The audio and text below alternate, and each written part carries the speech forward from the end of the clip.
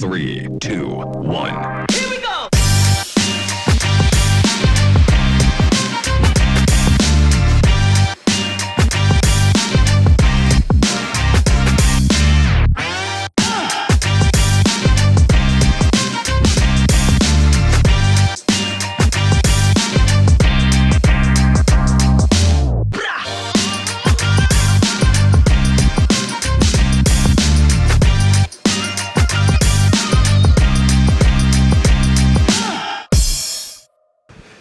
Rebonjour, donc je reprends mon petit laïus, Frédéric Denré, pour vous servir jusqu'à ce que mort s'en suive. Demain après-midi, 8 tables rondes. On va balayer large tous les sujets de l'eau et on va commencer le premier balayage avec cette plénière institutionnelle. Merci d'accueillir. Merci d'accueillir. En fait, j'ai oublié la plupart des prénoms sur ma feuille. Donc Éric Sava, donc Éric Servat, Marielle Monginoul, pardonnez-moi parce que ma fiche est encombrée. Ben voilà, ça veut dire monter sur scène. Merci de les accueillir. Monsieur Casaubon, Monsieur Revol, Madame Bonassina et Thierry Burlot. Merci de les accueillir, ce qui veut dire voilà. Peu importe, asseyez-vous où vous voulez. C'est une table ronde qui n'est pas ronde comme toutes les tables rondes œcuméniques. Voilà, toutes les obédiences sont acceptées et ont la même valeur. Une plénière institutionnelle où on pourrait parler d'à peu près tous les sujets qui fâchent ou qui interrogent sur le prix de l'eau, sur la gouvernance de l'eau, sur l'eau et la nature, sur l'eau et l'artificialisation, l'eau et l'agriculture. L'eau dit tout, l'eau est une démocratie, l'eau est le miroir et le reflet de nos sociétés, de nos interrogations. Comme les sols, je lis les sujets volontairement. Éric Servat, vous êtes directeur du centre UNESCO IC Reward. Marielle Monginoul, vous êtes directrice de recherche à l'INRAE de Montpellier. Vous êtes là-bas, entre autres titres. Vous avez beaucoup de titres. Ah si, j'ai vu. Vous avez beaucoup de titres. Bon, en tout cas, celui-là est le principe. Monsieur Casaubon, j'ai oublié votre prénom. Voilà, Jean-Louis, pardonnez-moi. Vous êtes vice-président de la région en charge de la souveraineté alimentaire, de la viticulture et de la montagne. Ce n'est pas fini. Monsieur Révol, j'ai oublié votre nom. René Révol, pardonnez-moi. Vous êtes délégué à la gestion raisonnée, écologique et solidaire de l'eau et de l'assainissement à la métropole de Montpellier. J'ai décidément plein de fiches dédoublées, ce qui veut dire qu'au téléphone, vous m'avez beaucoup dit. Donc j'espère que vous allez autant en dire aujourd'hui. Madame Bonassina, j'ai oublié votre prénom. Karine, je suis désolé. Vous êtes directrice territoriale Montpellier de l'agence de l'eau qui porte un nom de radio RMC, Rhône Méditerranée Corse. Et Thierry Burlot, là, je ne vous ai pas oublié vu que je vous interviewais l'autre jour pour Marianne sur les PFAS. Voilà. Vous êtes président du comité de bassin Loire-Bretagne et président du Cercle français de l'eau. Éric Servat. Alors, le débat est libre, au sens où on va aborder tous les sujets. N'hésitez pas à vous interrompre mutuellement, en toute civilité, en respectant les codes de la bienséance et des usages républicains. Éric Servat, il y a un sujet qui vous énerve dans l'eau. Hein. C'est cette propension à dire il faut être sobre, il faut moins consommer. Pourquoi ça vous énerve ? Ça a l'air de couler de source, si j'ose dire. La sobriété, on a une ressource en eau qui est de moins en moins disponible en été alors que les usages augmentent. Et vous me dites au téléphone, ouais mais non, pas ça, pas la sobriété. Vous employez un autre terme, pourquoi ? Oui, ça marche. Ça marche, ok. Alors, c'est pas tout à fait comme ça que j'ai dit les choses, cher Frédéric. La problématique, c'est pas l'idée de ne pas avoir à consommer moins d'eau. Parce que ça, de toute façon, il va falloir s'y résoudre. Mais j'avoue que le terme de sobriété, employé à tort et à travers, finalement, finit par ne plus vouloir rien dire. La sobriété, voilà, on a l'impression que finalement, quand on a dit sobriété, on a fait le boulot. Et ça, moi, ça ne me va pas. Je ne suis pas d'accord avec ça, effectivement. C'est-à-dire c'est un terme totem, il suffit de le dire. Oui, c'est ça. Voilà. C'est une espèce de déesse devant laquelle il faudrait se prosterner à nouveau. Bon. Moi, je suis pas comme ça. Vous n'êtes pas un homme à vous prosterner. D'abord. Et ensuite, je ne suis pas très mystique. Voilà. Donc, ce terme-là, utilisé tel qu'on l'utilise aujourd'hui, effectivement, il me dérange. Ça ne veut pas dire pour autant qu'effectivement, il ne faut pas consommer moins d'eau. Il faut consommer moins d'eau. D'abord parce que nos ressources vont, en particulier dans la région dans laquelle nous nous trouvons, vont s'amenuiser dans les années et les décennies qui viennent. Mais finalement, quand on dit sobriété, ça déculpabilise ceux qui le disent. Voilà, vous comprenez, moi j'ai dit sobriété. Et puis ça culpabilise les autres, nous, les gens, voilà, qui jusqu'à présent n'ont pas eu forcément le sentiment d'avoir fait tout et n'importe quoi, qui vivaient dans un monde qui était ce qu'il était. Et je ne crois pas qu'on fasse changer les gens dans leur mode d'organisation, de fonctionnement, en les culpabilisant. Je ne crois pas à ça. Je ne crois pas à la brimade, je ne crois pas à la vindicte. C'est pas ma façon de faire. Donc moi, ce que j'aimerais, c'est que dès qu'on dit sobriété, on dise également efficacité des process qu'on va mettre en place et efficience dans l'utilisation de la moindre goutte d'eau. Et là, ça me semble être beaucoup plus acceptable, ça me semble être un discours beaucoup plus positif. Parce que d'abord, il explique aux gens ce qu'il faut faire, et ensuite, il leur propose d'être acteurs du changement, mais véritablement et dans de bonnes conditions. Et il me semble que c'est l'essentiel. Et donc, en plus, ça me semble être positif et constructif parce que, notamment derrière la recherche d'efficience, il y a la volonté de progrès, il y a la volonté de travailler dans les labos de recherche pour mettre au point des process, des techniques, etc., de l'innovation. On est ici dans un salon où les entreprises sont nombreuses, donc de l'innovation à la croisée du monde académique et du monde de l'entreprise. Donc cette notion d'efficience et cette notion d'efficacité, je préférais les entendre beaucoup plus souvent que sobriété qui est devenu un petit peu un mot valise. Voilà. Largement employé par nous autres journalistes, c'est un mot simple qui est souvent associé à tort ou à raison à appauvrissement, à pauvreté par une bonne partie de la population. Madame Monginoul, Éric vient de nous dire, le changement, ça ne peut pas être la brimade et la vindicte, mais le signal prix, vous êtes économiste, j'ai oublié de préciser, le signal prix, est-ce que c'est pas la meilleure chose pour faire comprendre l'amenuisement d'une ressource et le fait que la ressource est de moins en moins disponible à mesure que les usages augmentent? Est-ce qu'il faut mettre un prix élevé à l'eau pour la mieux utiliser? Comme vous l'avez dit, je suis économiste. Donc, mettez bien le micro sur le menton. Ouais. Donc, comme je suis économiste, je ne vais pas me contredire. C'est certain que le prix peut être un signal de rareté. Après, on peut aussi moduler ce prix, c'est-à-dire réfléchir à la manière dont on structure ce qu'on appelle la tarification pour dire que jusqu'à tel niveau de consommation, on considère que c'est normal. Et puis ensuite, on va avoir des niveaux de prix qui vont être bien supérieurs. Tarification incitative, progressive. Par exemple. C'est un peu la tarte à la crème, pardonnez-moi, dans tous les débats. C'est la tarte à la crème. Il faut l'adapter au territoire, il faut l'adapter à beaucoup de choses. C'est-à-dire que ce n'est pas un instrument qui est miraculeux, mais en adaptant cette tarification au territoire et aux caractéristiques de ce territoire, on peut avoir quelque chose qui peut fonctionner. Ce que je veux dire quand même, c'est que c'est un signal, le prix. Il y a beaucoup de gens qui ne connaissent pas leur prix ou qui aussi ne payent pas directement la facture. Si vous êtes dans un immeuble et que vous avez un compteur collectif, vous ne le payez pas. Donc ça ne peut être qu'un signal qu'il faut accompagner par d'autres mesures. Tout le monde connaît ici le prix de son eau. Oula, là je fais un bide. Oui, vous le connaissez. Et qui ne connaît pas le prix de son eau? Qui est incapable de le dire? Il y a monsieur, allez-y, levez la main là, qu'on sache. Bon, vous justifiez votre salaire, Madame Monginoul. Effectivement, vous avez raison. On ne connaît pas le prix de l'eau. Mais pourquoi on ne le connaît pas? Parce qu'il y a un mystère derrière l'élaboration du prix ou parce que c'est tellement peu cher qu'on ne le voit pas dans le budget familial? Alors, je pense qu'il y a plusieurs raisons. La première, c'est que c'est vrai que c'est compliqué. La facture est très compliquée. Elle comprend beaucoup d'éléments. Et dans une facture, il y a le recto et le verso. Sur le recto, il y a un résumé. Et sur le verso, on explique tout ce qu'il y a et comment c'est calculé. Et là, on peut s'y perdre. Donc déjà, c'est compliqué. Et après, comme vous le dites, c'est quelque chose qui est peu cher. Et donc, quand c'est peu cher, on a moins d'attention par rapport au prix.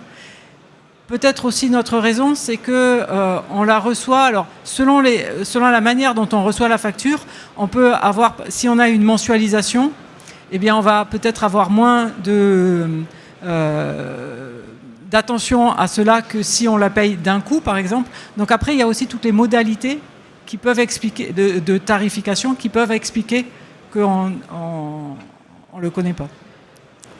Et dans la tarification, il y a, Jean-Louis Cazobon, c'est avant tout la distribution, l'épuration, l'assainissement, c'est la distribution. Et vous, région, vous gérez beaucoup d'ouvrages. L'État vous a gentiment dit, démerdez-vous avec nos ouvrages et c'est à vous de les entretenir, ce qui a un coût, lequel est en partie répercuté sur le prix de l'eau, je suppose.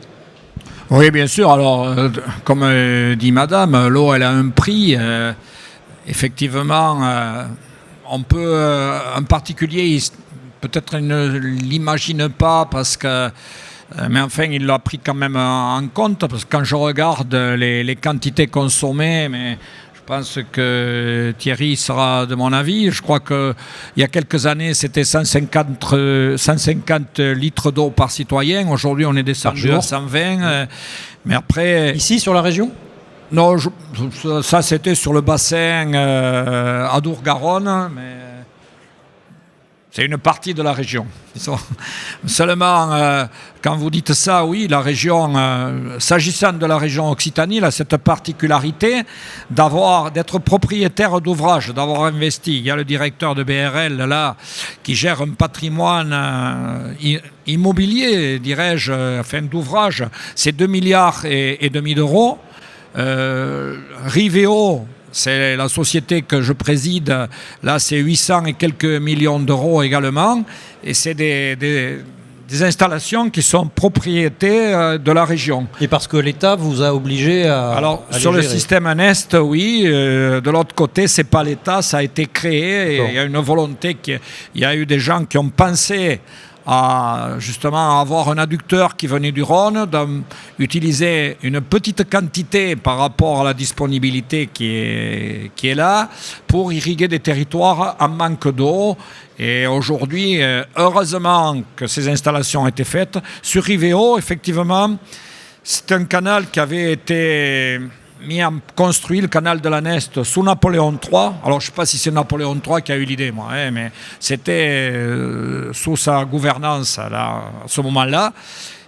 Au moment de la formation géologique d'un plateau qui a complètement asséché notamment le département du Gers. Et là, ça appartenait à l'État. Et aujourd'hui, le transfert de ces concessions est en train de se réaliser. C'est la région qui le reprend. Alors, qui a redoté cette compagnie, recapitalisé, les départements traversés aussi. Il y a une prise de conscience du besoin d'investir dans ce domaine-là. Rappelez-nous la compétence de la région, si tant est qu'elle en est, en matière d'eau. La compétence propre, elle ne l'a pas, mais en termes d'aménagement du territoire, quand vous avez 40 000 personnes qui viennent tous les ans se rajouter à la population de l'Occitanie, automatiquement, vous êtes obligé de prendre en compte cet élément. J'ai l'impression que ça vous embête, ces 40 000. C'est beaucoup au regard de la quantité d'eau disponible ? C'est pas que ce sera beaucoup, mais disons, ça se rajoute, il faut l'approvisionner, il faut lessiver, abreuver. Effectivement, ça en fait partie, quoi. Et c'est des gens qui viennent vivre. C'est une dynamique, on ne va pas les refuser, mais c'est des challenges à relever en termes d'emploi, en termes d'aménagement du territoire. Et c'est de cette manière-là que la compétence, eau, parce qu'après, quand on le regarde, la nature... elle fait les choses comme elle les fait, mais il y a même dans la région, moi je viens des Hautes-Pyrénées, l'année 2024, il y a eu de l'excès d'eau, on a eu trop d'eau, même au niveau agronomique. Si je m'en vais dans les Pyrénées-Orientales ou l'Aude, là on était en situation désertique ou semi-désertique. Et c'est cette situation qu'il faut prendre en compte parce que c'est la vie économique, mais c'est la vie en général qui se déroule là, et il y a une nécessité à amener l'eau aussi. Alors il y a le court terme, comment on fait pour passer le cap, et puis il y a le long terme. Il y a une étude qui va être lancée dès demain justement pour voir comment on peut approvisionner ce littoral méditerranéen demain. Alors je ne sais pas si c'est l'adducteur qui sera la solution, je ne sais pas ce que donnera l'étude. C'est une étude... qui a un certain coût. Elle va coûter 300 000 € pour vérifier dans un futur pas si lointain que ça. Et puis après, évidemment, j'ai écouté Judith Mallet hier qui disait horizon 2070. Moi, en 2070, je crois que mes genoux ils seront à l'aise. Mais non. mais effectivement, il faut regarder le court terme, mais aussi le long terme. Il y a des gens qui ont pensé avant nous. Alors, je reviens sur la sobriété. Je suis pleinement d'accord. Attendez, on y reviendra après. Je continue le tour de table. René Révol, métropole de Montpellier. Question basique la même. La compétence d'une métropole en matière d'eau. Pour commencer. Oui, donc c'est les intercommunalités qui ont la compétence eau et ont la responsabilité de l'organiser. Il faut bien voir eau potable et assainissement, les deux. Voilà, mais il faut bien comprendre une chose, c'est que la base du raisonnement sur l'eau devrait se faire exclusivement à l'échelle des bassins versants. Voilà, ça, c'est ma conviction depuis toujours. C'est ce qui se fait. La géographie nous impose des cadres. C'est bien une gestion par bassin versant en France. Pourquoi vous dites devrait? Mais on l'exerce, et à partir du moment où vous avez une intercommunalité qui recoupe la grande majorité d'un bassin versant, l'exercice de cette compétence se fait de manière plus cohérente. Voilà. Alors, au niveau de la métropole... Je sens une critique de la loi NOTRe. Comment ? Je sens une critique de la loi NOTRe, non ? Oui, mais si je commence à me lancer dans les critiques des lois, on en a pour un moment. Ça fait partie du sujet. Alors, on y viendra après. Je ne vais pas après. m'exercer là-dessus. Je me mets sur l'oreille. Ce que je veux dire, si vous voulez, c'est qu'on exerce cette compétence et on l'exerce aujourd'hui au niveau de la métropole. Alors, je voudrais insister sur un aspect concernant Montpellier. Nous sommes dans un bassin versant, c'est le bassin versant du Lesbe, Mosson et Tampalacien, sur lequel aujourd'hui vivent 550 000 personnes. Il y a 50 ans, il y en avait moins de 200 000. Donc il faut en avoir conscience. Tu faisais allusion à la croissance de la population dans la région. Sur les 40 000 de la région, il y en a 15 000 dans l'Hérault chaque année, c'est-à-dire 36% l'Hérault. Et que donc la première fonction qu'on a, c'est d'amener l'eau potable à tous. C'est pour ça que moi aussi, je partage totalement l'analyse d'Éric sur le fait que le mot sobriété présente beaucoup d'ambiguïté, parce que la première fonction que nous avons, c'est d'amener l'eau potable à tous, y compris au SDF qui est dans la rue. L'eau potable à tous. C'est une condition de la survie humaine. Et pour vous, le terme sobriété, justement, ferait peur, il donnerait l'impression qu'on va couper le robinet. Exactement. Alors, c'est pour ça que la ressource en eau, elle diminue, et donc on doit s'organiser de manière efficace pour permettre à ce que tous aient accès à l'eau potable. Donc ça me paraît important, mais je voudrais finir mon raisonnement sur le bassin versant. C'est 500 000 habitants. Si je prends la totalité, on a fait le calcul avec les services de la métropole et de la régie et aussi le syndicat de bassin, on a réfléchi à combien d'eau est consommée, de toute nature, pour l'eau potable, pour les rivières, l'étiage, la biodiversité, pour les activités économiques, agricoles, pour tout. Nous consommons 60 millions de mètres cubes. Donc ces 500 000 habitants consomment 60 millions de mètres cubes. Combien nous trouvons de mètres cubes d'eau pour tous ces usages sur notre territoire? Il est hors de question de toucher aux eaux de surface. Toute la Méditerranée, on n'utilise pas, c'est pas comme à Toulouse où ils utilisent la Garonne. Nous, on ne peut pas utiliser l'eau de surface parce qu'il y a une vraie insuffisance. Donc on utilise l'eau souterraine. Sur ces 60 millions de mètres cubes, on en prend 30 millions de mètres cubes à notre territoire. Essentiellement la source du Lez. Donc on me dit, comment vous faites les 30 autres millions de mètres cubes?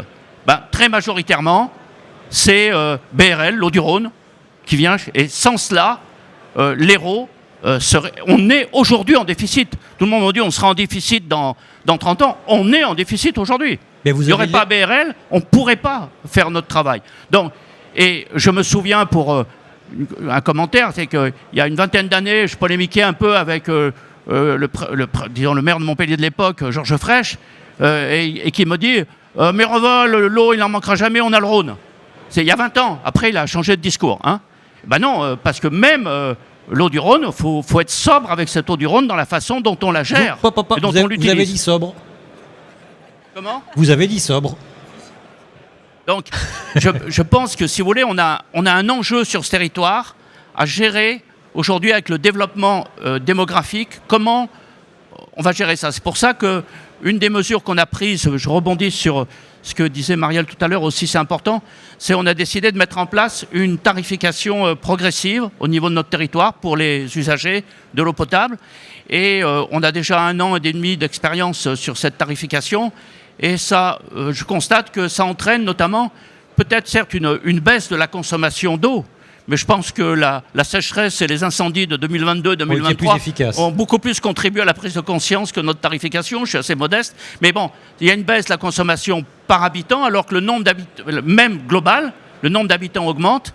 Et on arrive ainsi à une prise de... Mais l'essentiel, c'est qu'aujourd'hui, quand j'interroge les gens, moi je suis maire, donc je vois des gens tous les jours dans mon village, je leur dis combien tu consommes d'eau, combien ça te coûte. Bon, il y a 5 ans, personne n'était capable de me répondre. Personne ne connaissait. Aujourd'hui, ça commence à venir. Voilà.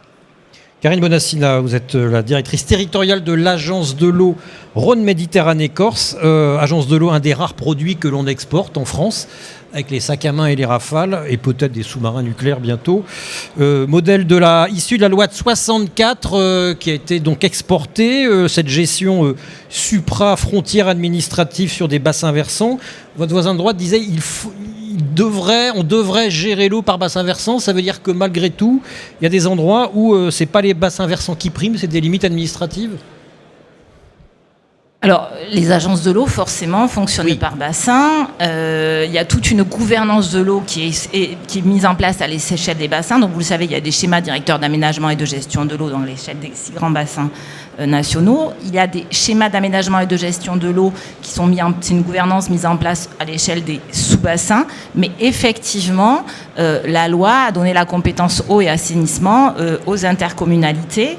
Alors, je parlerai aussi de milieux aquatiques. On a parlé beaucoup d'eau potable, mais il y a aussi la gouvernance sur les milieux aquatiques et cette compétence gestion de l'eau et des milieux aquatiques et protection contre les inondations, la fameuse GEMAPI, qui, donc la loi a donné la compétence aussi aux intercommunalités, mais avec la possibilité de se regrouper en EPAGE ou en EPTB, c'est-à-dire d'avoir une gestion à l'échelle des bassins. Et je crois que c'est essentiel pour mettre en place, si on parle par exemple du sujet quantitatif qu'on a beaucoup abordé ce matin, mettre en place par exemple une solidarité amont-aval.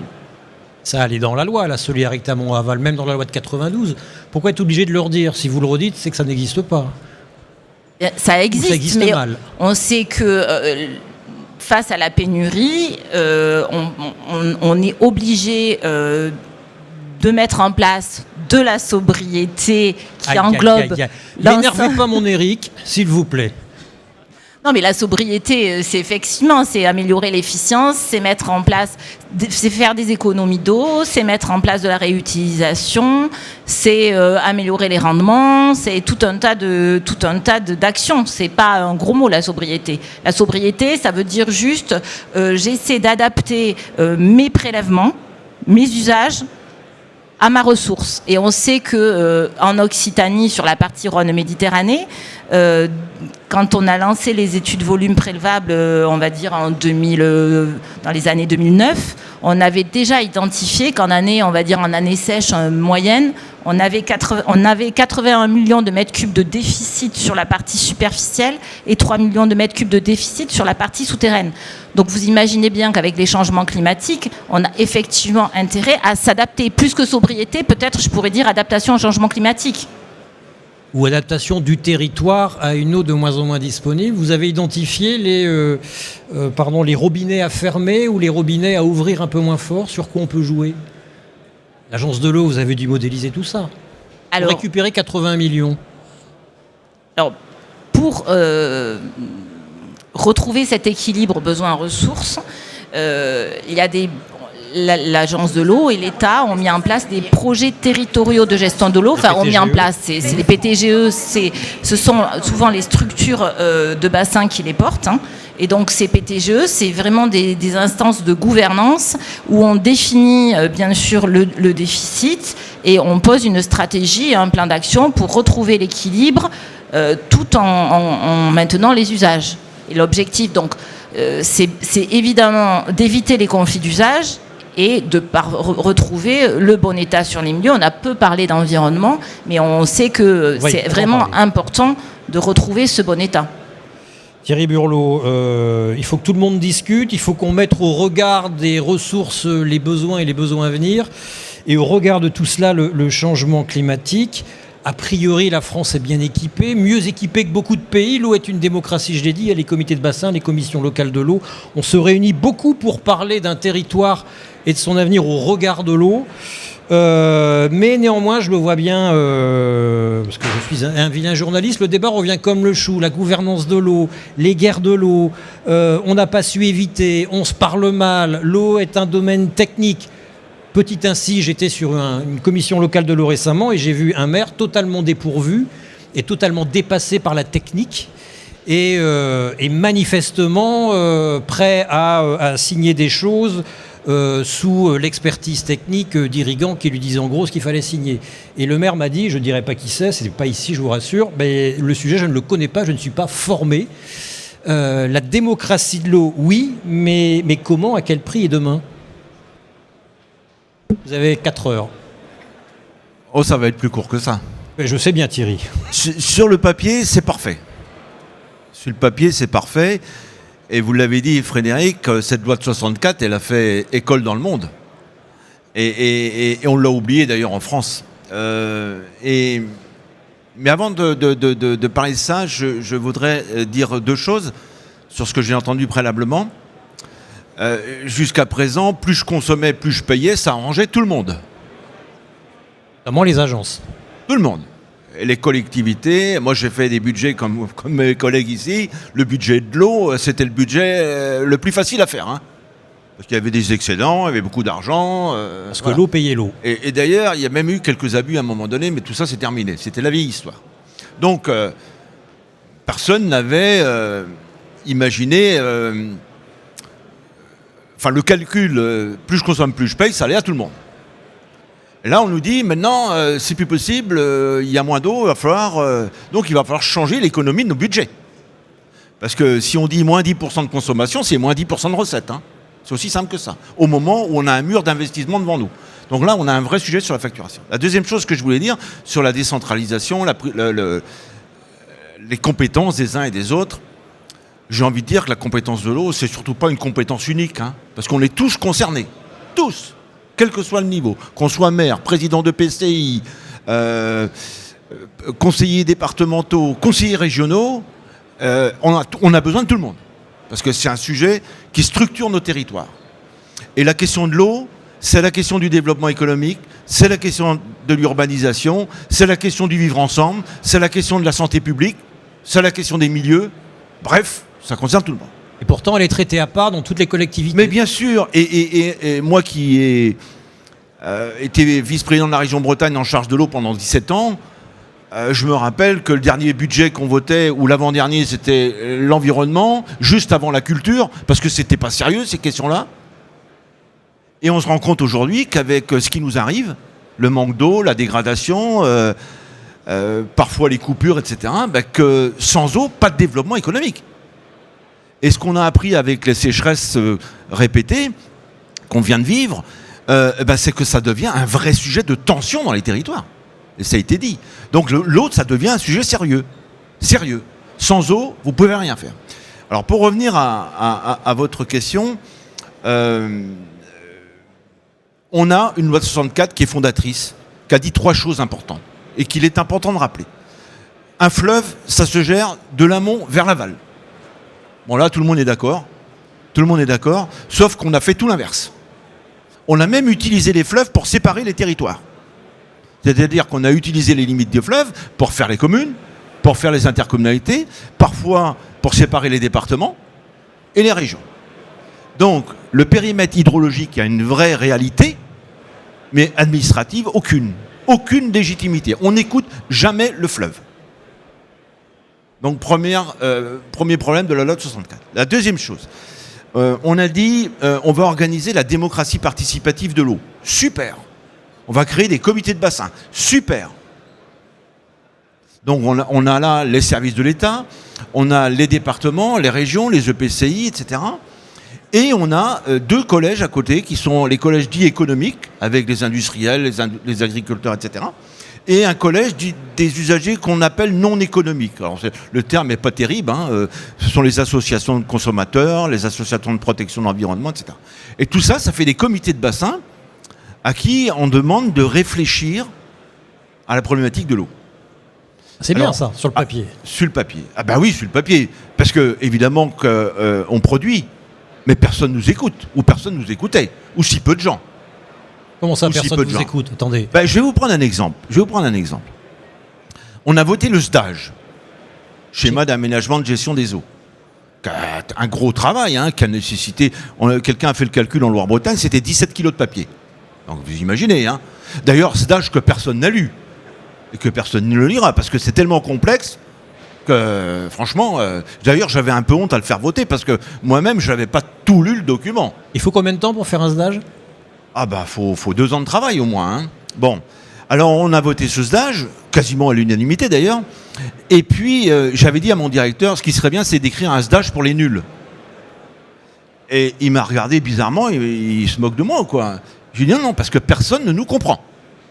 D'ailleurs, le monde de l'eau s'est un peu enfermé dans de la technique, et aujourd'hui on devient illisible. Bon, mais je reviens à mon comité de bassin. Donc on a voté le SDAGE, et on a demandé l'avis de l'autorité environnementale. Alors ça, c'était merveilleux. Donc l'autorité environnementale nous a dit quoi? Très bien le SDAGE. Vraiment, très beau travail. Par contre, vous n'avez pas parlé au SRADET des régions. Ah ben mince alors. Alors quand vous savez que ce sont les régions qui ont la compétence développement économique et aménagement du territoire, et qu'est-ce que nous dit l'autorité environnementale? Vous avez fait un SDAGE sans parler à ceux qui sont compétents pour faire le développement économique et l'aménagement du territoire. Ah bah mince alors. Donc par curiosité, je suis allé voir le SRADET des régions. Et l'avis de l'autorité environnementale sur le SRADET des régions. Et qu'est-ce que j'ai vu? J'ai vu très bon SRADET. Le problème, c'est qu'il ne parle pas au SDAGE. Donc personne ne se parle. Chacun fait son outil de planification l'un à côté de l'autre et personne ne se parle. Il n'y a pas que dans l'eau, Thierry Burlot, personne ne se parle. Non, mais le problème, et moi qui suis breton, je peux le dire, le problème de l'eau en Bretagne, c'est pas un problème environnemental. Un peu. C'est un problème économique. Non, c'est un problème économique. C'est un problème économique et d'aménagement du territoire. Et c'est l'économie des territoires bretons et l'aménagement des territoires bretons qui fait la qualité de l'eau des fleuves en Bretagne, et pas autre chose. Donc si l'eau ne parle pas à l'économie, si l'eau ne parle pas à l'agriculture, si l'eau ne parle pas à l'industrie, si l'eau ne... on passe à côté de quelque chose. Donc c'est le deuxième problème des comités de bassin. Et enfin, un truc merveilleux qu'on a fait, ce sont les agences de l'eau. Et là, franchement, sur le principe de l'eau paye l'eau, on a créé une caisse de péréquation entre milieu urbain et milieu ruraux. On a fait quelque chose de très très bien, qui a très bien fonctionné pendant 60 ans.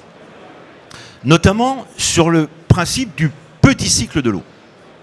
Plus je consomme, plus je paye une redevance qui contribue à améliorer l'eau et l'assainissement. Parfait. Qu'est-ce qui se passe depuis quelques années? On est en train finalement, parce que ça pèse 2 milliards d'euros par an, les redevances. Donc c'est la seule politique publique en France d'ailleurs, ou l'une des rares, qui a un budget dédié, qui a un budget pour agir. Qu'est-ce qui se passe depuis quelques années?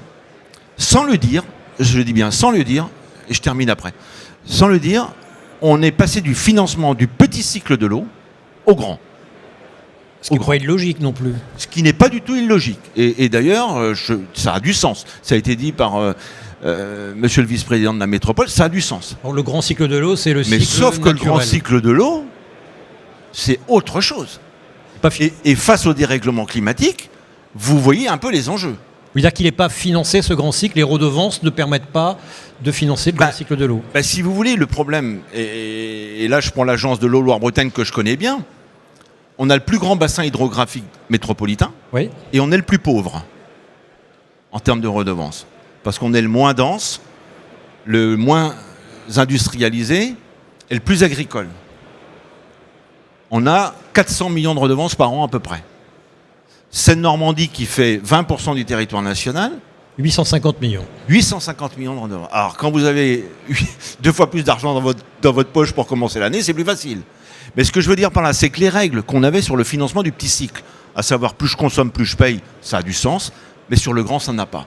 Et je crois que l'une des leçons qu'on peut tirer d'une étude que le Cercle français sur l'eau a menée sur le financement de la politique publique de l'eau en France, c'est qu'il va falloir d'abord qu'on soit beaucoup plus sérieux sur les concertations, qu'on soit beaucoup plus sérieux sur les coopérations entre les territoires, qu'on soit capable de mettre des solidarités entre l'amont, l'aval, la ville, la campagne, parce que ça, c'est un sujet extrêmement important et fondamental si on veut redonner du sens. Les villes ont besoin des territoires ruraux pour pouvoir s'alimenter. Il faut qu'on trouve les justes compensations pour faire que l'eau ne soit pas un sujet de tension et de conflit, comme on peut le vivre dans certains espaces, malheureusement, et ici en France. Et pour avoir vécu Sainte-Soline, je peux vous en parler. Donc, on a un vrai sujet politique. Il faut que la question de l'eau redevienne un sujet politique dans nos territoires. Apparemment, ça l'est. Macron avait lancé le plan eau. Bon, il y avait plein de choses à dire. C'était en 2023. Madame Bonassina, vous partagez ce constat un peu pessimiste quand même. La gouvernance de l'eau, elle bute sur... on n'y arrive pas.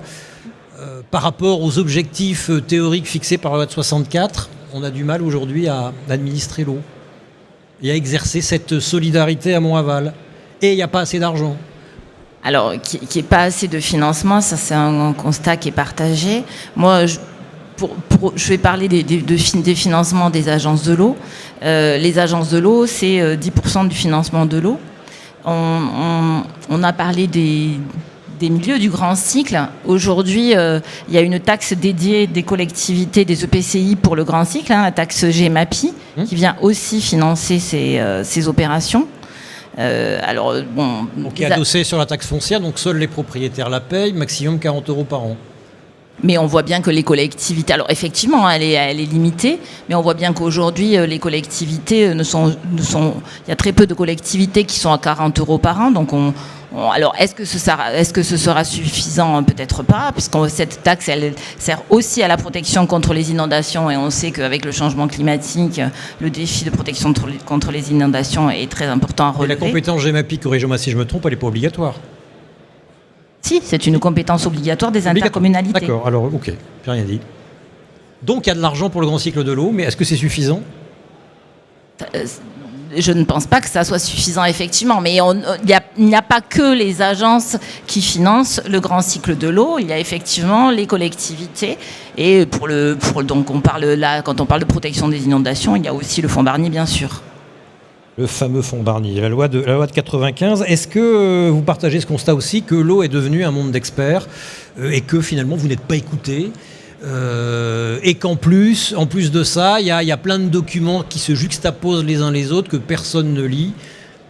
On en est là. Le monde de l'eau est devenu un monde technique. Alors, opaque. Je pense qu'effectivement, on voit bien, quand je vous parlais des déficits depuis des années, en fait, les experts disent qu'il y a un déficit, en tout cas une inadéquation entre les besoins et la ressource. Et effectivement, je pense qu'on était peu entendus.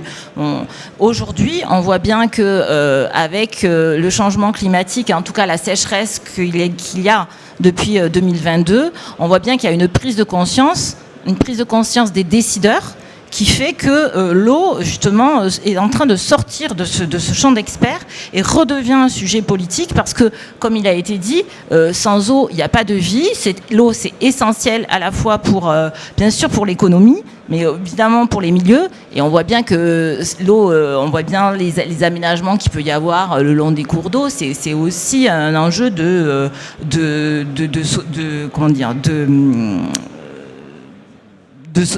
social, oui. Un enjeu social, un enjeu sociétal. Éric, vous êtes chercheur, vous êtes consulté, vous participez à cette gouvernance de l'eau directement. On vous demande votre avis.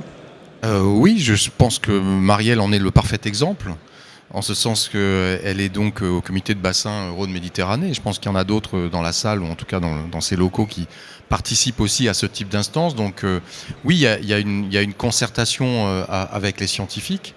Elle existe. Est-ce que les scientifiques sont entendus autant qu'ils le voudraient? Je n'en suis pas sûr, parce que souvent c'est un peu le poil à gratter. C'est-à-dire qu'on va mettre en avant, et c'est ce que disait Madame Bonassina juste avant, c'est-à-dire qu'un certain nombre de choses ont été dites depuis longtemps, des scénarios ont été construits, des trajectoires de développement ont été proposées, sans que nécessairement ça soit réellement pris en compte, jusqu'à ce qu'on se trouve dans une situation qui était une situation extrêmement compliquée, extrêmement tendue, qui sont effectivement les étés 2022-2023, où on a redécouvert qu'il pouvait y avoir des villages dans lesquels il n'y avait plus d'eau, où il fallait amener de l'eau avec des citernes, avec des camions qui amenaient des bouteilles, etc. Donc, et ça, c'est quelque chose qu'on avait totalement perdu de vue. Cette dimension-là, je pense qu'elle est absolument essentielle. Donc, les scientifiques sont au travail tous les jours. Moi, je me tue à répéter ça parce que finalement, on fait souvent des constats qui sont anxiogènes, très souvent quand on les fait, et puis on oublie tout le reste. C'est-à-dire le fait que, et on en a parlé, et finalement tout ce qui a été dit jusqu'à présent, avec plus ou moins d'optimisme ou de pessimisme, mais tout le monde réfléchit, tout le monde travaille. Dans les laboratoires, il y a effectivement tous les jours des chercheurs, alors dans les laboratoires publics, dans des laboratoires privés, il y a tous les jours des chercheurs, des équipes qui travaillent pour réfléchir. Et je dirais pas seulement sur l'aspect technologique, innovation. Et encore, l'innovation n'est pas uniquement technologique. Donc elle est aussi au niveau des sciences sociales. Et cette réflexion-là, elle se mène partout, tous les jours.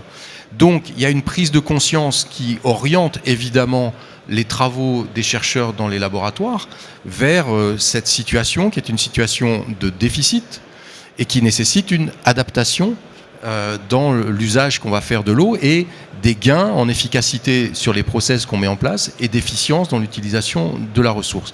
Et ça me semble vraiment, vraiment essentiel. Et moi, ce que je vois, c'est qu'effectivement, aujourd'hui, on est plus souvent questionné qu'on ne l'était il y a 20 ans, incontestablement. La question de l'eau, il y a 20 ans, dans le domaine universitaire, était une question qui ne pesait rien. Aujourd'hui, c'est plus tout à fait la même chose. Effectivement, les scientifiques qui travaillent dans le domaine de l'eau sont aujourd'hui beaucoup plus souvent sollicités, questionnés, interrogés sur des sujets, la recherche de solutions, la mise au point de technologies innovantes, etc. Et je crois qu'il y a aussi, je vois mes amis du pôle Aquavalais dans la salle, il y a aussi une interaction entre le monde académique et le monde de l'entreprise qui s'est beaucoup développée et qui est beaucoup plus importante et beaucoup plus créative, sans doute, qu'elle ne l'était il y a une vingtaine d'années. Me voilà rassuré. Marielle Monginoul, je vois que vous prenez beaucoup de notes. Vous confirmez ce constat, vous êtes consulté nettement plus qu'avant, on vous écoute, on vous entend, vous, scientifique, dans le cadre d'un SAGE, d'un SDAGE, peut-être d'un PLU, peut-être d'un SCOT, peut-être d'un SRADET. Alors on nous écoute. On nous consulte, ça, je peux en être le témoin, hein. Comme le disait Eric Servat notamment.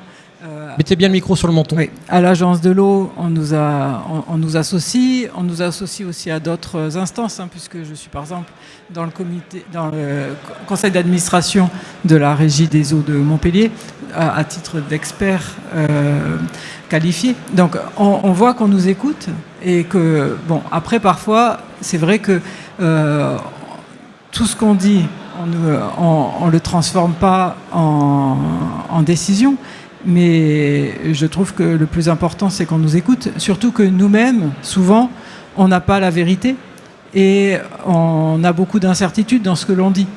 Des fois, même nous-mêmes, on se contredit parce qu'il y a des éléments que l'on apprend. Donc c'est important de nous écouter, mais aussi de se forger notre propre opinion en tant qu'élu notamment. Alors en tant que scientifique justement économiste, quel conseil vous donneriez à un monsieur Révoll qui voudrait mettre en place ce qu'il a fait, peut-être vous a-t-il consulté, une tarification progressive?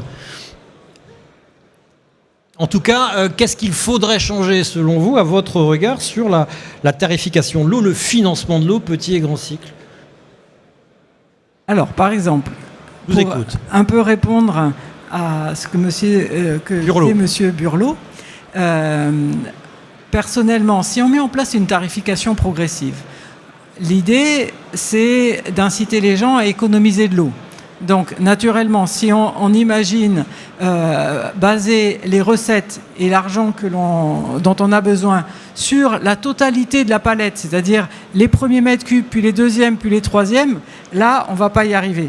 Par contre, éventuellement, si on met le premier de palier qui correspond à la recette dont on a besoin, quelque part, s'il y en a qui consomment plus, eh bien, ça nous fera des recettes supplémentaires et on pourra les investir dans des infrastructures, mais on aura déjà la base. Donc, bon, alors ça c'est théorique, il faudrait réfléchir en pratique, mais disons qu'il y a des solutions que l'on peut réfléchir ensemble et selon les territoires, l'adapter à la situation en question. poserai la question, est-ce qu'il y a un rapport parlementaire qui a montré que c'était un peu comme le mot sobriété cher à Eric, un bâton totem qui manifestement à l'analyse économique n'avait pas porté ses fruits, et c'est toujours les mêmes, c'est un peu comme pour les transports en commun gratuits, ça a l'air d'être très bien et quand on regarde dans le détail, ça n'est pas tant que ça, enfin en tout cas d'un territoire à l'autre c'est pas la même chose. Messieurs les élus, René Révol et Jean-Louis Cazobon, je voulais rebondir sur ce que vous avez suggéré tout à l'heure. Vous avez parlé de la hausse démographique. Est-ce que demain, il faut adosser les PLU, les PLUI, les SCOT à la quantité d'eau disponible et aux capacités d'assainissement ? Oui. Vous le faites déjà ? Alors, le problème, c'est les moyens que vous avez de faire ça. Aujourd'hui, le SAGE, là, est un document opposable. C'est très important. Il n'a pas toujours été dans le passé. Opposable à qui, à quoi ? Il est opposable. Ça signifie qu'on peut s'opposer à un aménagement s'il est contradictoire au SAGE. On le voit souvent, Ce qui n'est pas... Alors attention, ça oui, on le voit souvent. Vous vous amusez à construire sur une zone humide, vous avez l'Adréal, la préfecture, tout le monde vous tombe sur le dos, vous ne pouvez rien faire. Et le méchant OFB. Donc c'est important. Voilà. Autrefois, ce n'était pas le cas. Donc c'est un progrès. Mais ce n'est pas suffisant.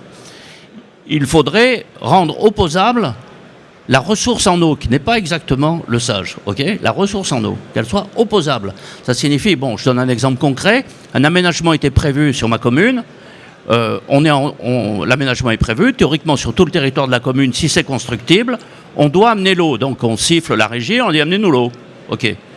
Mais la régie ne peut pas dire attention, mes besoins sont limités, non, il faudrait... Et donc, en tant que maire, j'ai obtenu que la personne reporte son aménagement à la période où les investissements ont été finis, où la ressource en eau sera suffisante, mais légalement, je n'en avais pas le pouvoir.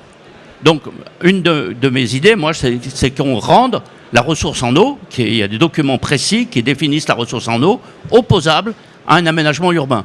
Là, c'est important parce que vous ne pouvez pas installer des gens si vous n'avez pas la possibilité de leur amener l'eau. Et c'est aussi un des moyens d'organiser cette efficacité dans le traitement de l'eau. Voilà ce que je pense sur ce sujet. Monsieur Cazobon, ça veut dire qu'on limite la hausse démographique de la population. On se dit en 2050, il ne pourra pas y avoir plus de X milliers d'habitants, X nouvelles ZAC, si tant est que vous puissiez le faire dans le cadre du ZAN. C'est déjà le cas. On voit certaines communes qui ne peuvent pas délivrer de documents, de permis de construire, ou par exemple des centres de vacances dans certaines zones où la ressource en eau n'est pas suffisante. Et c'est là que les débats qui viennent de s'écouler ici, normalement, l'eau paye l'eau au travers des agences. Mais aujourd'hui, l'eau, elle paye beaucoup de choses. Vous avez parlé de l'OFB. L'OFB, c'est le budget des agences qui est en gros subtilisé pour aller payer des mesures agro-environnementales, l'encouragement de l'agriculture biologique, et on se retourne là. Aujourd'hui, l'eau ne paye pas que l'eau. Et c'est un souci parce que les besoins sont considérables. Les réseaux d'eau potable sont fuyards, beaucoup sont âgés, il faut les restaurer.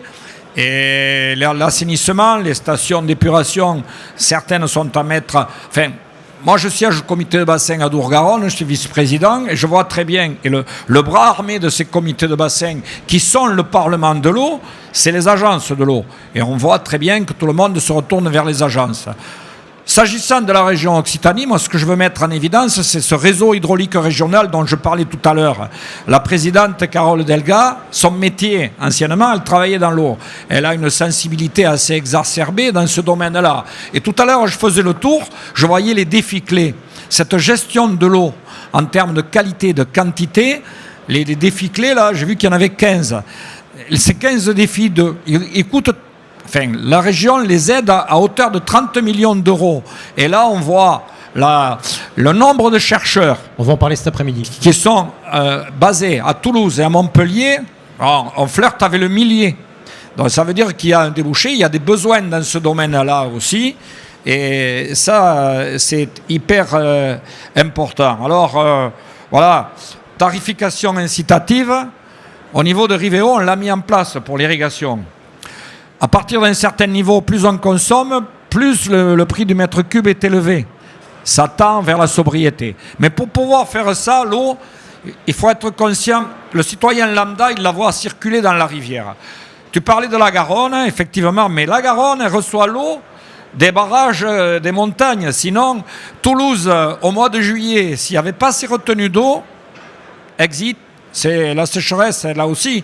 Donc, pour pouvoir la gérer, il faut en disposer.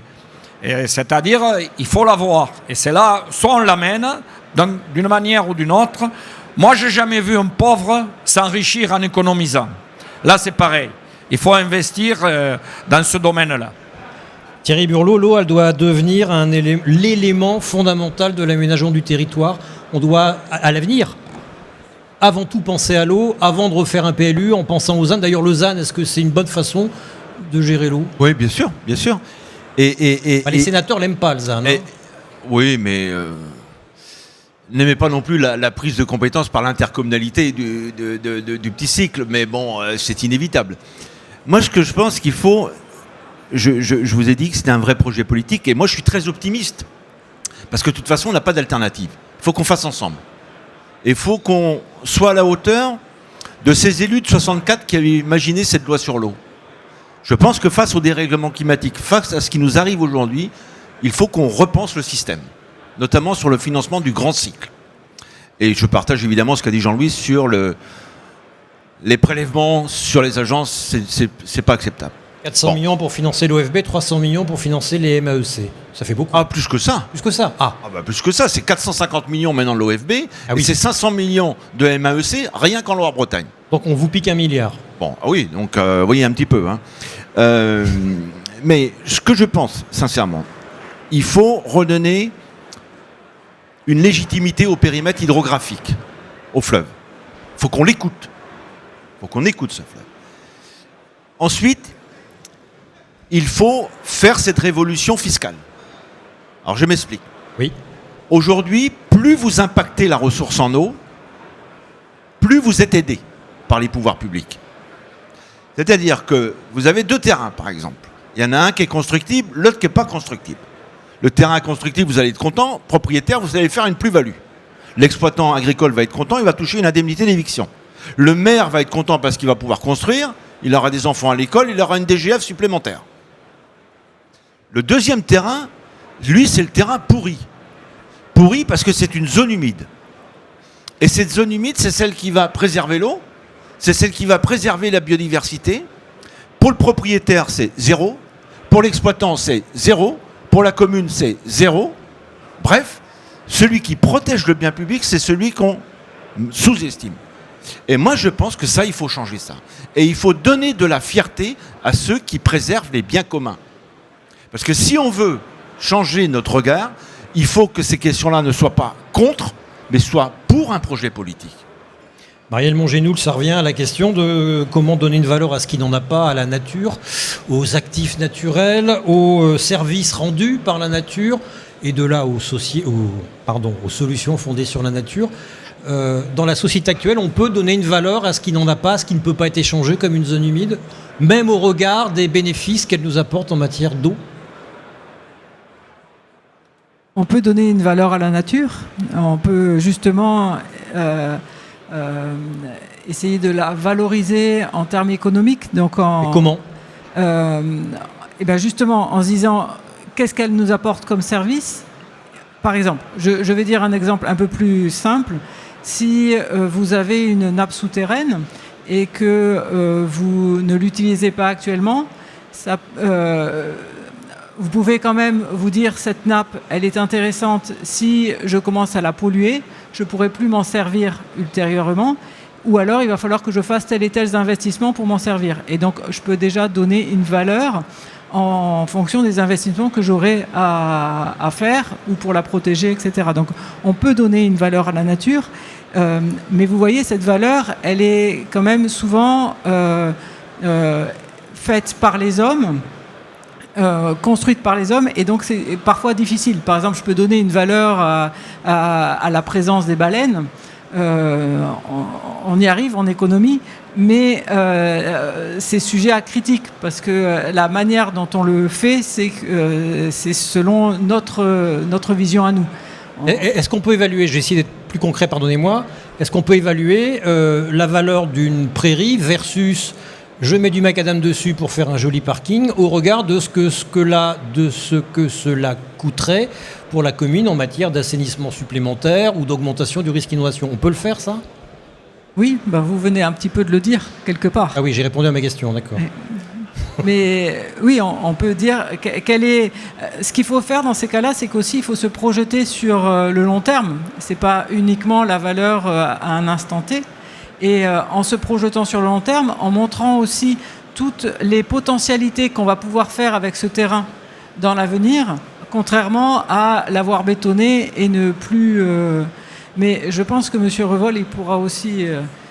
Monsieur Revol, est-ce que ça, on le dit, on en tient compte quand on fait un PLU, quand on fait un aménagement, je repartirai de l'exemple que vous avez donné tout à l'heure des deux terrains. Hein. Un terrain constructible, l'autre qui ne l'est pas, et effectivement.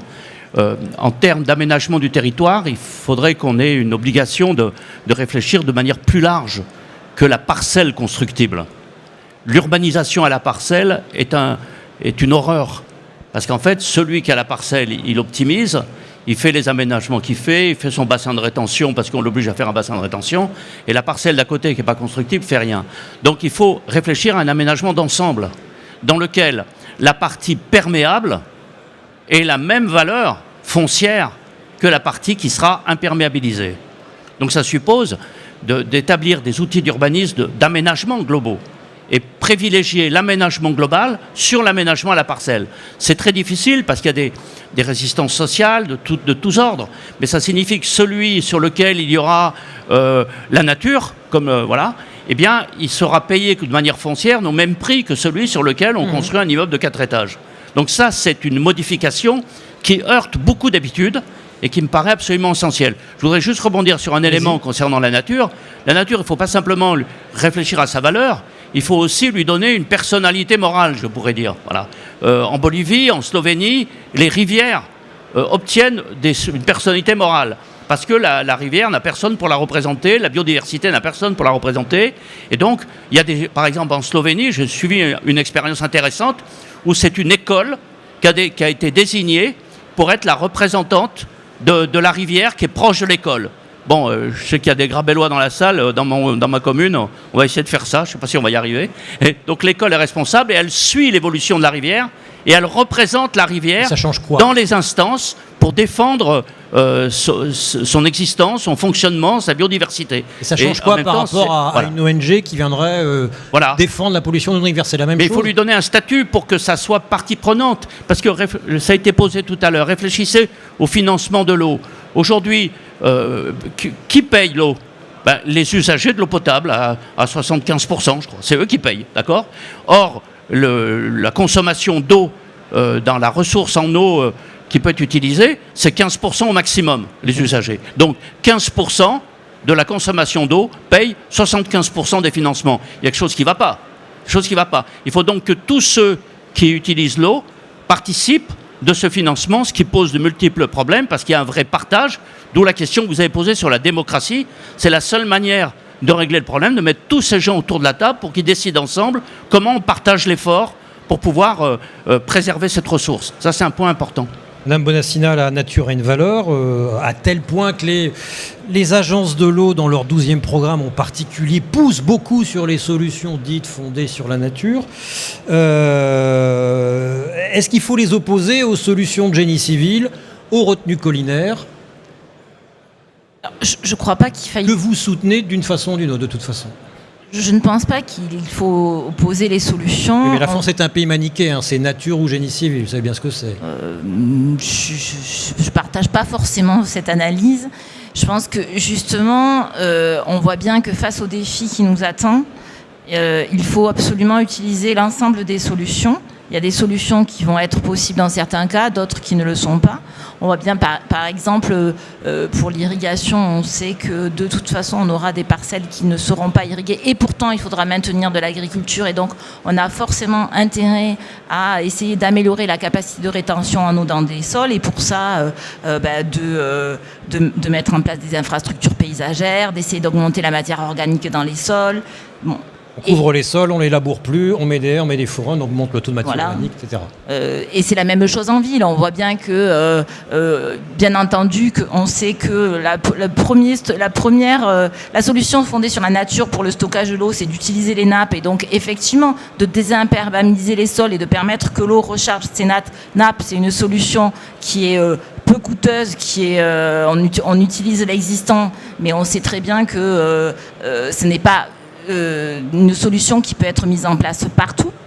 Donc il faut vraiment utiliser l'ensemble des solutions pour pouvoir relever le défi qu'on a aujourd'hui. Ici, il en faudra, sur votre territoire, votre direction territoriale, celle que vous avez, il faudra des retenues collinaires, il faudra des ouvrages de retenue demain. Alors aujourd'hui, donc, je vous ai parlé des projets territoriaux de gestion de l'eau. Donc la spécificité de la partie méditerranéenne d'Occitanie, c'est que tous les territoires déficitaires sont couverts par ces projets territoriaux de gestion de l'eau. Donc aujourd'hui, on est en train de faire le bilan et on va lancer une nouvelle génération. Aujourd'hui, sur les PTGE qui ont été mises en place, en fait, pour la majorité des PTGE, les seules économies d'eau permettaient de retrouver l'équilibre.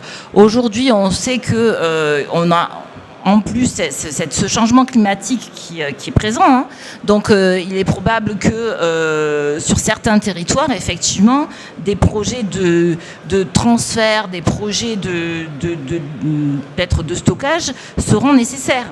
Aujourd'hui, je ne peux pas vous répondre. Ce que je dis depuis le début, c'est qu'il faut mettre l'ensemble des usagers et des décideurs ensemble pour définir une stratégie justement pour s'adapter à ce changement climatique. Et donc définir s'il faut du stockage, du transfert, uniquement travailler sur la perméabilité des sols, la recharge en eau, voilà. Du stockage et du transfert, pourquoi faire aussi ? Parce que si c'est pour faire pousser des cultures qui partent à l'exportation, c'est comme si on exportait de l'eau. Voilà, là j'ai fait un bide. Mais j'y reviendrai avec Eric, t'inquiète pas Eric. Mesdames, messieurs, y a-t-il des questions, des remarques, des passions ? Vous avez déjà eu la parole tout à l'heure, mais je reviens vers vous. Monsieur, Luna. Sans Luna, je ne serais rien. Merci Luna. Bonjour.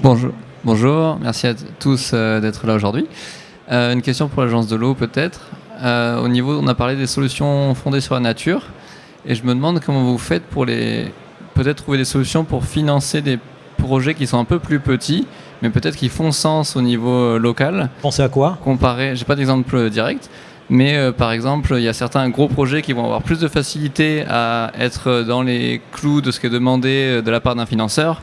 C'est plus facile de financer un projet comme ça parce qu'ils ont plus de quoi mettre en place toute l'administration qu'il faut pour montrer que c'est un bon projet et qu'il peut être financé. Et il y a plein de petits projets qui ne vont pas avoir cette marge de manœuvre, qui pourraient être intéressants. Et je voulais savoir si c'est des choses que l'agence de l'eau regarde et si vous avez trouvé des solutions pour peut-être faire des packages de projets ou autres pour pouvoir financer ce type de projet. Karine Bonassina, Thierry Burlot. Je crois que la difficulté qu'on a aujourd'hui au niveau des agences, ça a été dit tout à l'heure, c'est la capacité à faire et les priorités qu'on va se donner. Et d'ailleurs, j'étais assez frappé, parce que vous savez que historiquement, c'était surtout le sujet de la qualité de l'eau qui nous interpellait, on va dire. Et depuis une dizaine d'années, on est rattrapé par ces questions de la quantité. Mais historiquement, c'était la qualité. Et malheureusement, au moment où je vous parle, on a encore quasiment 70% des masses d'eau de nos fleuves qui ne sont pas conformes à la directive cadre européenne. C'est ça le résultat.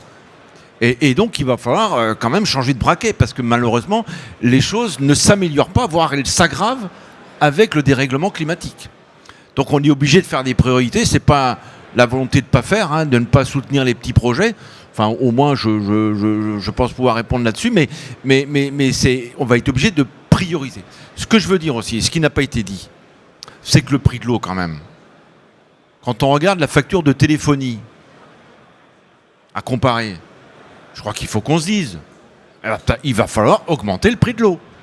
Et j'avais envie de vous dire aussi une chose, c'est qu'il va falloir qu'on apprenne à nos concitoyens que l'eau, elle ne vient pas du robinet. Et qu'elle vient bien de quelque part. Parce qu'on ne sait même plus d'où elle vient. Donc comment on protège, comment on préserve quelque chose qu'on ne connaît pas. Oui, l'eau, c'est 1% du budget familial, on pourrait monter à 2%. Karine Bonassina. Oui, peut-être pour compléter, l'agence de l'eau a un plancher, ne finance pas les projets qui font moins de 10 000 euros, mais on finance l'ensemble des projets qui permettent d'améliorer l'état des milieux, qui permettent d'investir au bon niveau en matière d'assainissement et d'eau potable. On finance quand même énormément de petits projets. On ne mesure pas l'importance d'un projet à sa taille, mais bien à son impact. Madame, rebonjour. Oui, rebonjour. Merci pour la qualité des interventions. On espérait rester des heures. Je vais peut-être rebondir sur la prise de parole de M. Burlot, qui a fait le lien, le premier, entre la politique de l'eau et celle de l'aménagement, en citant le SRADET.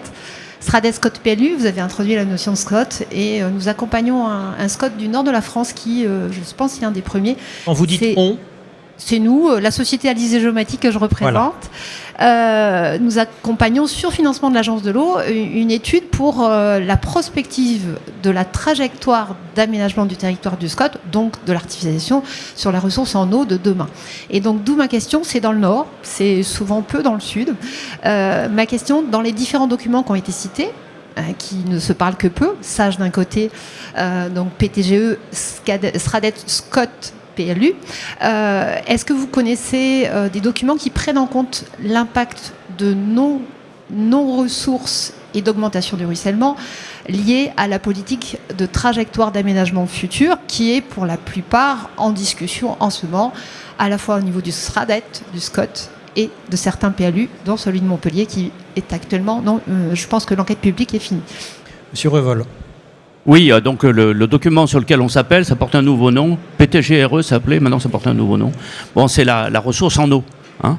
Et donc on dispose de ce document. C'est le document qui n'est pas opposable, confère ce que je disais tout à l'heure, mais on doit s'en inspirer pour pouvoir réfléchir à l'aménagement futur. Et mettre en cohérence la totalité de ces documents pour qu'on ait une ligne claire et que l'eau ne soit pas oubliée dans ce dispositif d'aménagement. Bon, c'est pas suffisant. Hein. Je pense qu'on devrait aussi construire des outils qui existent. Bon, la France, concernant la politique de l'eau, a été exemplaire en Europe. Hein. C'est la grande directive de 1992, elle a été inspirée par tous ceux qui ont fait la politique de l'eau depuis 1964. Hein. Donc l'exemple français avec les comités de bassin a servi d'exemple au niveau de l'Europe. Mais maintenant, il y a des expériences qui se font dans d'autres pays où effectivement, il y a une mesure précise de la disposition de l'eau, avec une vraie réflexion sur son partage. Qu'est-ce qu'on garde pour l'eau potable? Première fonction de l'eau, c'est fournir l'eau potable à tous les êtres humains pour qu'ils puissent survivre. Donc il faut garantir l'eau potable. Et pour garantir cette eau potable, il faut réfléchir, on a réfléchi au prix. Voilà comment on organise ce prix pour que tout le monde puisse y avoir accès. Et la deuxième chose, c'est toutes les activités économiques, industrielles, agricoles. Heureusement, dans cette région, plutôt Montpellier, on n'a pas de centrale nucléaire, ça consomme quand même aussi pas mal d'eau, hein, donc il y a des régions où ça joue un rôle important. La biodiversité, le développement de tous les éléments végétaux et animaux qui ont besoin de l'eau, comment on partage tout ça? Et donc, il faut avoir une vision. Il y a des ressources en eau qui sont extrêmement connues, très détaillées. Je pense sur notre territoire, par exemple, ici sur Montpellier, on connaît très bien, on n'arrête pas de programmer, de financer des recherches sur l'ensemble de la source du Lez, qui est une ressource magnifique et qui permet que Montpellier puisse vivre. Hein, sinon, Montpellier n'aurait pas pu exister tel qu'il existe. Mais à côté de nous, on a des ressources moins connues. Hein. Moi, ma ville est traversée par la rivière la Mosson. Les études sur la ressource à Mosson, elles ne commencent à peine et on n'en connaît pas l'ampleur. Et il faut qu'on la connaisse, non pas pour immédiatement se précipiter dessus pour l'utiliser, mais au contraire, pour la préserver comme une ressource pour l'avenir. Je pense qu'il y a des documents, hein, c'est essentiellement les PGRE qui sont ces documents, mais ils sont insuffisants. Et aujourd'hui, le travail se mène pour essayer d'élargir cette capacité qu'on a de mesurer la totalité de la ressource et surtout de son évolution. Et ne nous laissons pas tromper par cet automne, cet hiver, qui fait que moi, je suis heureux qu'il pleuve. Voilà, bon, parce que on a toutes nos ressources sont pleines ici. Mes amis des Pyrénées-Orientales me disent ça va mieux. C'était terrible. Donc, mais maintenant, sachons que c'est exceptionnel, qu'il y aura des pluies importantes, puis ensuite des périodes de sécheresse longues, et qu'il faut qu'on apprenne à gérer cette ressource, qu'on ne tombe pas dans le régime de l'abondance et de la facilité.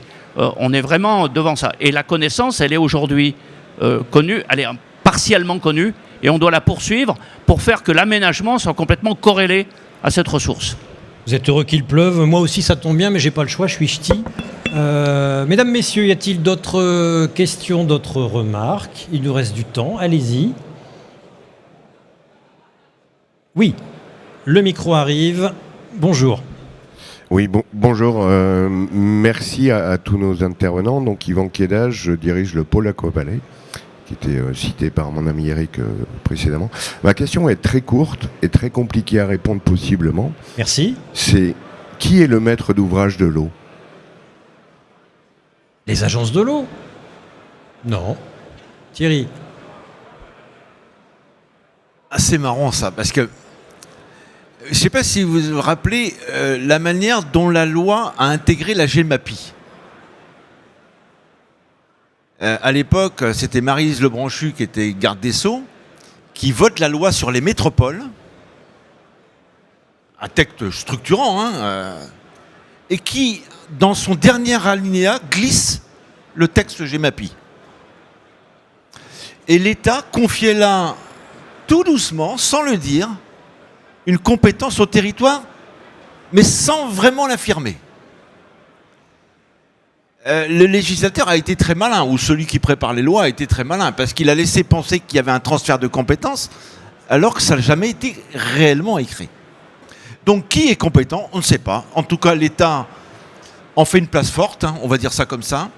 Et moi, je pense que si on doit réfléchir à une nouvelle loi sur l'eau demain, il faut que l'État fasse confiance à ses territoires.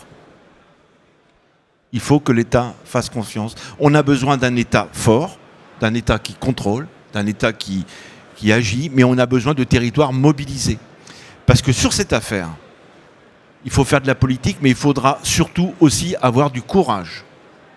Parce qu'encore une fois, il s'agit de faire évoluer sans doute nos économies, nos manières de vivre, par rapport à ce dérèglement climatique qui est bien là.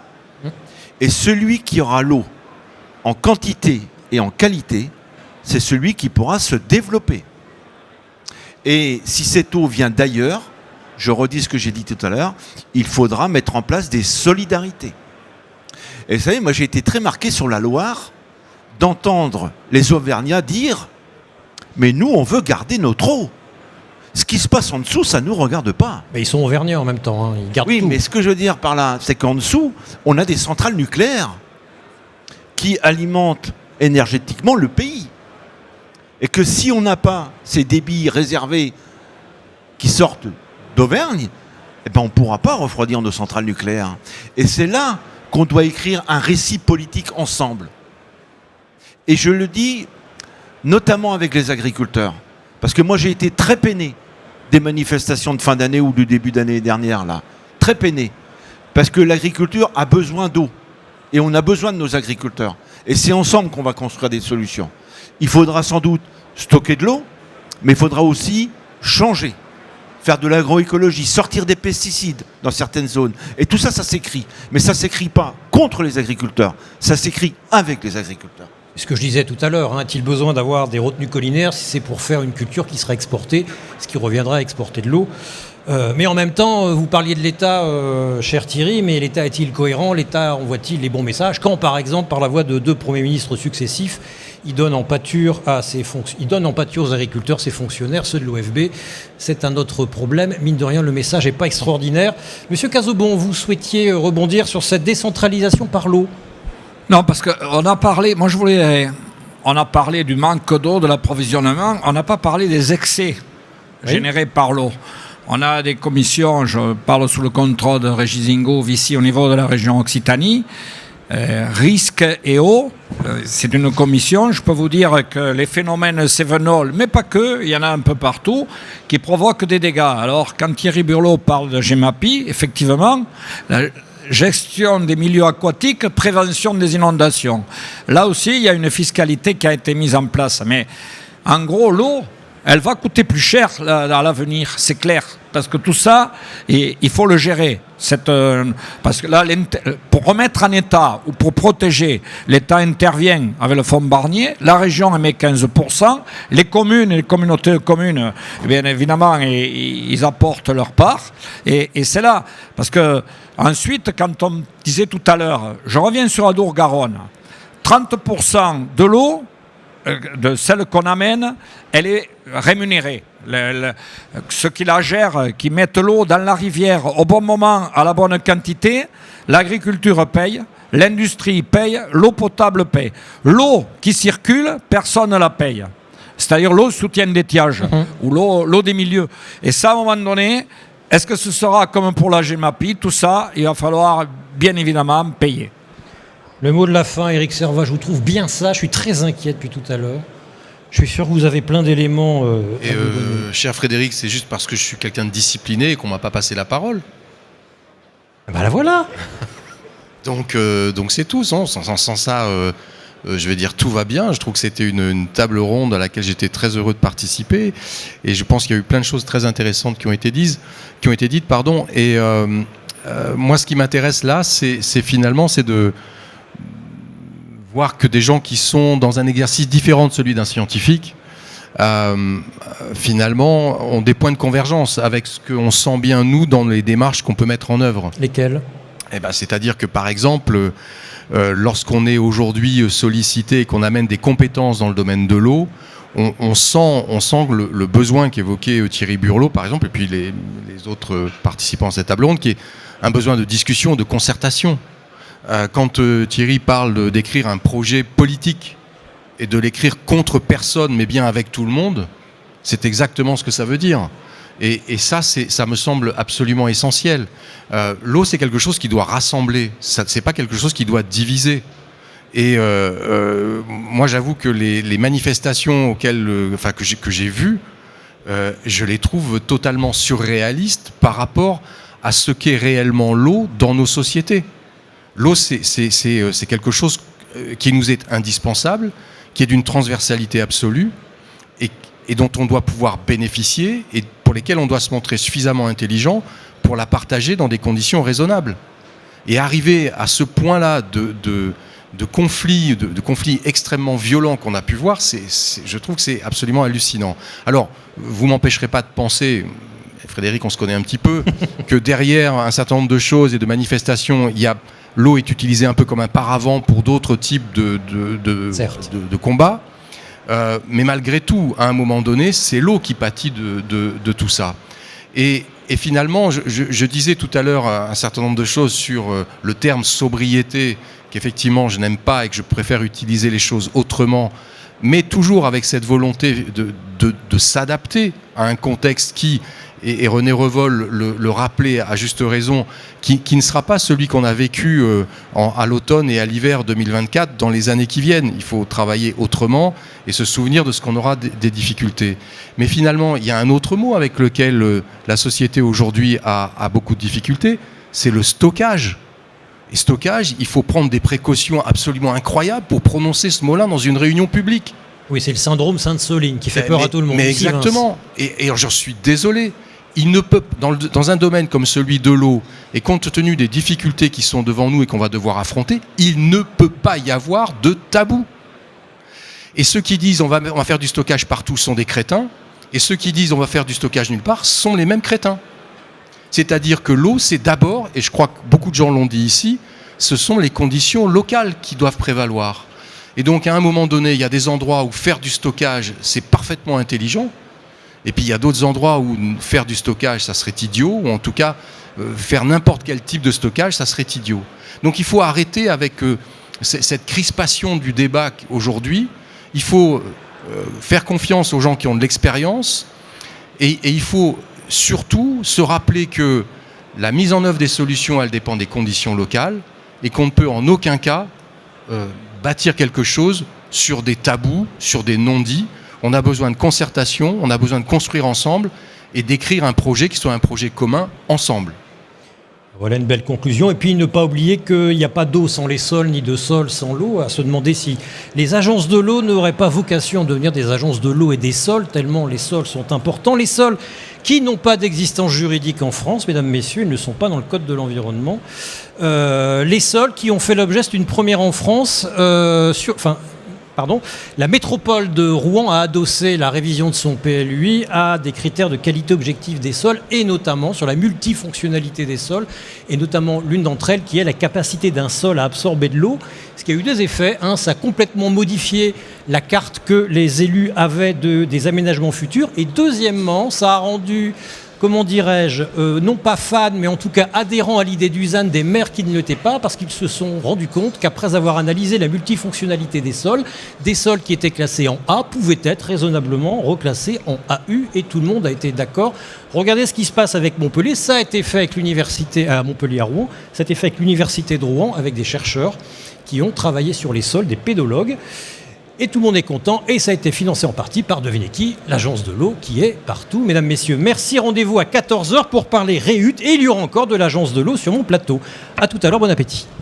3, 2, 1.